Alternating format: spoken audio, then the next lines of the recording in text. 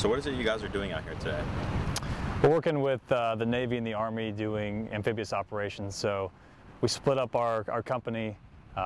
We had 5 tanks down here working with LCACs.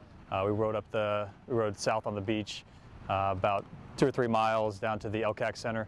LCACs can hold 1 tank at a time, so we did 5 of the tanks this morning, and then we also sent 2 tanks up to the boat basin to work with the LCU 2000s. Who's participating in this exercise? So it's good. It's Bravo Company 4th Tanks. It's also we're partnered up with the Navy and then the Army for the LCUs. How long will this be going on for? We're gonna finish up today.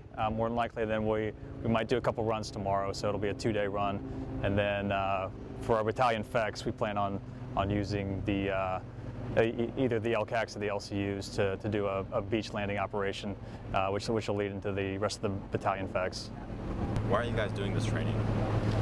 Just getting back to our amphibious roots. It's been a while since our battalion has done any amphibious operations, so this is really the main effort for our annual training is to get amphib ops underneath our belt.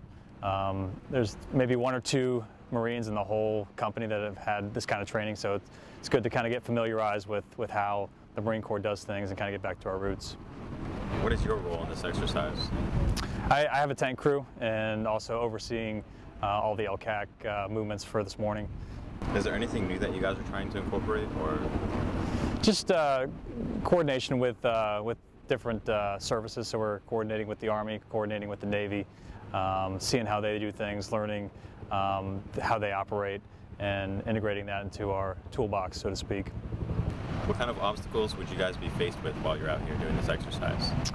You have maintenance issues. We've had a couple issues with tanks that have gone down. Time considerations, we only have so much time that we can utilize the landing crafts for the LCACs as well as the LCU 2000s. We also have civilian considerations when we're doing specific movements down the beach. Once you get south of Red Beach, about 3 or 4 miles, there's a civilian beach. And so just cross-conflicting that, deconflicting that, and just trying to make training as smooth as possible. What do you hope for all of your Marines to gain from this?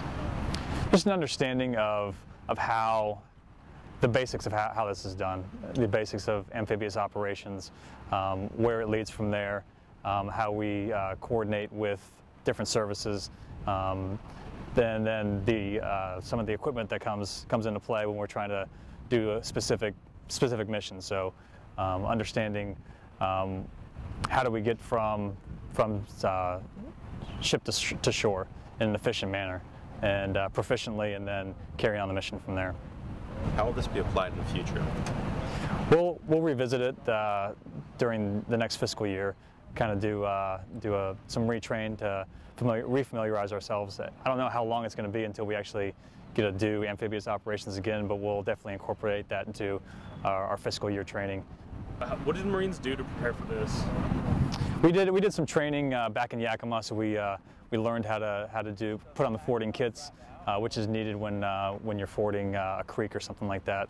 So we dedicated several hours to training for that, just basically getting the basics down, so when we hit the deck down at Camp Pendleton, we were able to understand the basics of what needs to happen when we load fording kits to be able to do amphibious operations.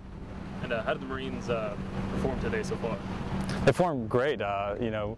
We almost got all the crews, and it's not even 1,100. So been very efficient so far. Really haven't had any time considerations where we been sent back at all for our schedule.